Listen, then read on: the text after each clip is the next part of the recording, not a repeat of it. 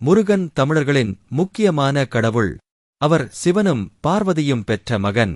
வேதங்களில், புராணங்களில், சங்க இலக்கியங்களில் முருகனைப் பற்றிய விவரங்கள் கிடைக்கின்றன. திருப்பரங்குன்றம், பழமுதிர்தோலை, திருச்செந்தூர், சுவாமிமலை, பழனி, குன்றுகுடி ஆகிய 6 இடங்களில் உள்ள முருகன் கோயில்கள் 6 படை வீடுகள் என்று அழைக்கப்படுகின்றன. முருகனின் பிறப்பு தாரகாசுரனை அழிக்க வேண்டும் என்பதற்காக நிகழ்ந்தது. சிவனின் 3ஆம் கண்ணிலிருந்து வெளிவந்த தீப்பொறிகள் சரவணப் பொய்கையில் விழுந்து அங்கிருந்து மூலமுருகன் உருவாகிறார். தாரகாசுரன், மகிஷாசுரன் போன்ற அசுரர்கள் உலகிற்கு தொல்லை கொடுத்தபோது தேவர்கள் சிவனை வழிபட்டனர். சிவன் தனது சக்தியை ஒவ்வொரு பக்கத்திலும் எரிந்து அவை 6ஆக உருவெடுத்து பிறகு ஒருமிக்க ஒரே உருவமாக இணைந்து முருகனாகும்.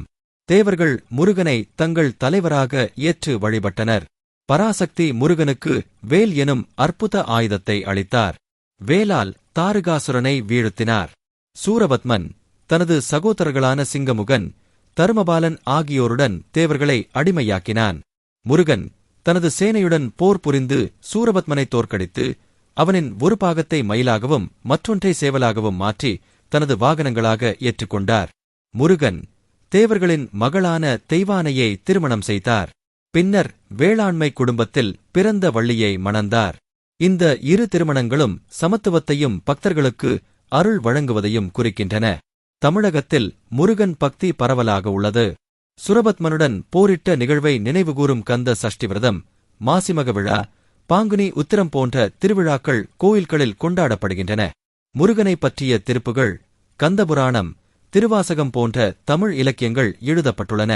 முருகன் தமிழ் மக்கள் மனதில் எழுச்சியையும் வீரத்தையும் அருளையும் வழங்கும் கடவுள். அவர் தமிழரின் இயற்கை கடவுள் என்றும் கூறுவர்.